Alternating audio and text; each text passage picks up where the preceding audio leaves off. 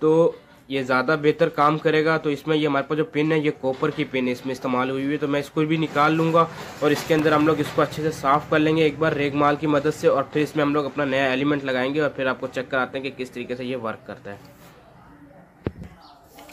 तो यहाँ पे मैं रेगमाल के बजाय नाइफ से इसको साफ़ कर लेता हूँ अच्छे से।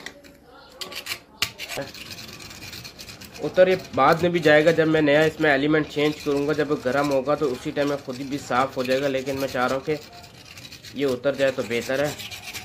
जितना उतार सको तो उतार लो, क्योंकि मैं इलेक्ट्रॉनिक्स का काम करता हूँ कि बाद औक़ात MP3 बनाने हो तो इनमें जो किटें लगती हैं उसको गर्म करने के चक्कर में ये मेरा जो एलिमेंट है ये ख़राब हो चुका था।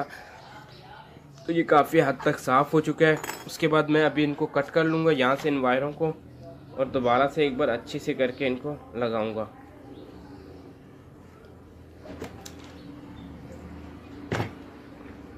मैं इस पिन को भी निकाल लेता हूँ।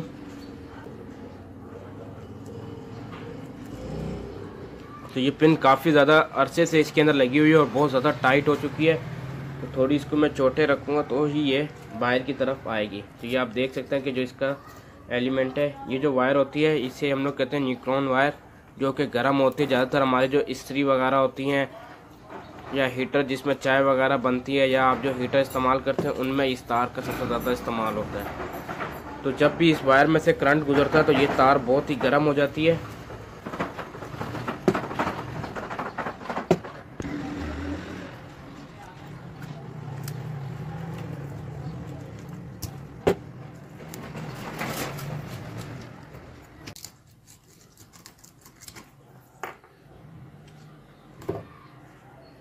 यहाँ पे आप देख सकते हैं कि पिन हमारी बाहर आ चुकी है, ये टेढ़ी हो चुकी है, लेकिन मैं इसको अच्छे से साफ़ कर लूँगा और उसके बाद ही मैं इसको वापसी इसमें कनेक्ट करूँगा और टाइट करके इसको मैं फिट करूँगा, क्योंकि ये पिन काफ़ी अच्छी है।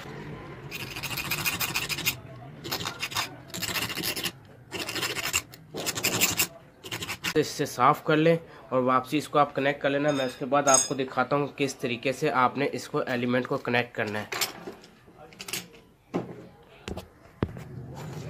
तो यहाँ पे दोस्तों हम लोग नया एलिमेंट को लेकर आएंगे, नया एलिमेंट इसके साथ कनेक्ट करेंगे। तो सबसे पहले उसको लगाने से पहले आप उसको चेक कर लें कि आपका जो ये एलिमेंट आप जो चेंज कर रहे हैं क्या वो सही है भी सही या नहीं।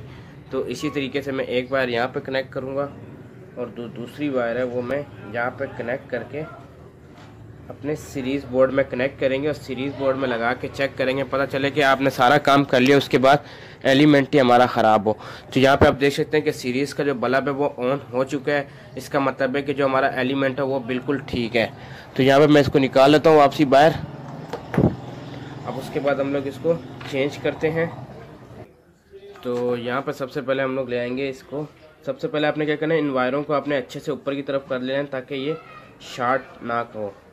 अब उसके बाद आप इनको सीधा कर लें और इनको आप घुमा लें थोड़ा, ताकि ये आपका जो इसमें होल में जाए तो आगे ये कहीं पे टच ना हो, शॉर्ट ना हो। तो यहाँ से आपने इसको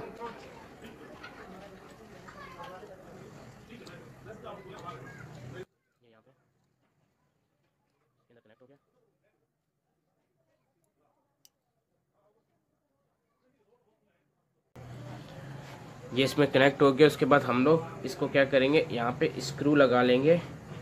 इस पिन को मैं थोड़ा सीधा कर लेता हूँ।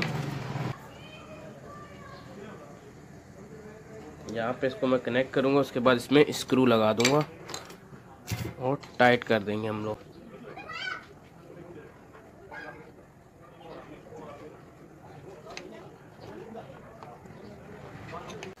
तो यहाँ पर दोस्तों ये हमारे यहाँ पे पूरी सेटिंग हो गई, इसमें एलिमेंट बैठ चुका है। अब उसके बाद हमने क्या करना है, इसकी वायर जो है यहाँ पे कनेक्ट करेंगे हम लोग। आपने जो वायर लगानी है, इनके जो जोड़ होंगे वो आपने इस पट्टी के एक जोड़ इधर रखना है और एक जोड़ इधर रखना है, ताकि ये आपस में शॉर्ट ना करें।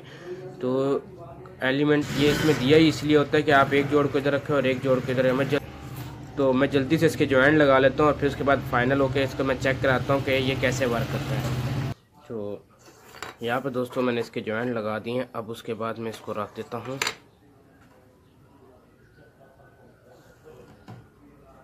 यहाँ पे, और